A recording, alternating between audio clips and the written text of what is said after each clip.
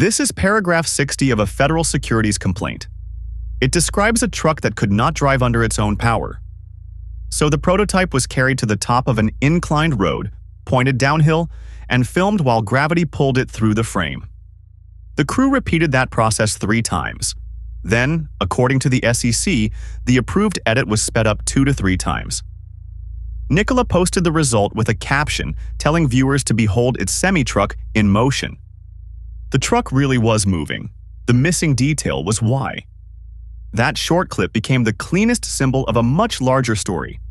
A company selling the appearance of finished technology while it still needed time, capital, and engineering to make the technology real. Nikola unveiled its first semi-truck prototype, the Nikola 1, in December 2016. Founder Trevor Milton told the audience that it fully functioned and worked. The presentation looked like a turning point. A futuristic truck, hydrogen power, zero emissions, and a founder promising to challenge an entire industry. But federal prosecutors later said the prototype was missing significant pieces, including gears, motors, and a complete control system. Engineers had warned that it would not be functioning by the unveiling date. The event went ahead anyway. More than a year later, the truck still could not move under its own power. It was transported to a commercial chute on a lowboy trailer. At the location, it was towed to the top of the road and allowed to roll down.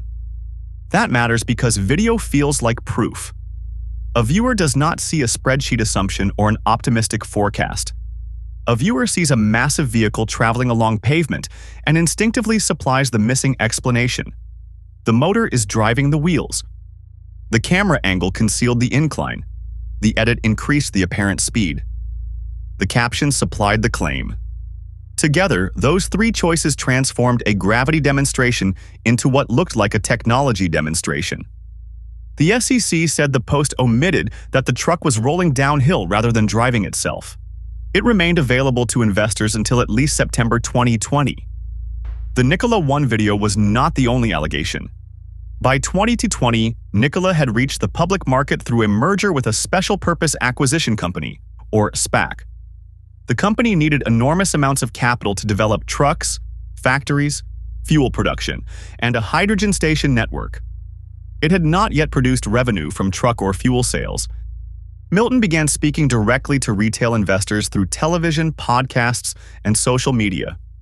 He presented Nikola as a company that had already crossed technical milestones that, according to regulators and prosecutors, were still targets, plans, or incomplete projects.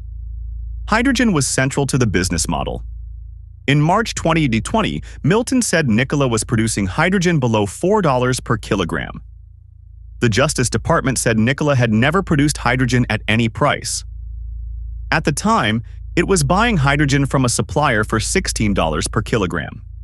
Then there were the orders. Milton described billions and billions of dollars in truck contracts. Prosecutors said Nikola did have roughly 14,000 reservations for a sleeper semi.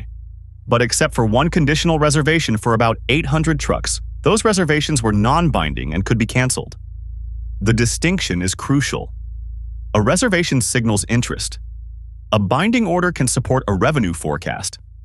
Calling one the other makes an uncertain future look like money already waiting at the loading dock. Milton also promoted an electric and hydrogen pickup called the Badger.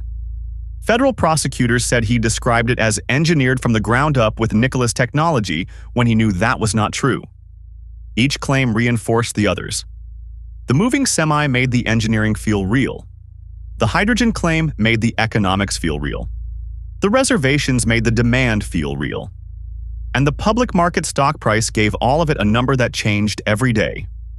Nikola's path through a SPAC gave Milton a platform during a period when the Justice Department said comparable statements would have been restricted in a traditional initial public offering. He specifically pursued non-professional investors. The SEC complaint describes a publicity strategy aimed at people Milton called Robin Hood investors. Tens of thousands bought Nikola shares between March and September 2020. Professional investors and early holders sometimes had access to more complete information. Retail investors were often reacting to interviews, posts, product claims, and images like the truck video. When the truth of several statements reached the market in September 2020, Nikola's stock fell sharply. Prosecutors said many shareholders suffered losses in the tens or hundreds of thousands of dollars, in some cases damaging savings and retirement security. That is the consequence hidden outside the downhill frame. The road was a film location, the audience was a market. In July 2021, federal prosecutors charged Milton with securities and wire fraud, and the SEC filed its civil complaint. Nikola itself later agreed to pay a $125 million civil penalty to settle SEC fraud charges. The SEC's order found that the company misled investors about technology, production capabilities, hydrogen, reservations, and its financial outlook. Nikola neither admitted nor denied the findings under the settlement structure and agreed to cooperate with ongoing litigation and investigations. Milton went to trial. A jury convicted him of securities fraud and wire fraud.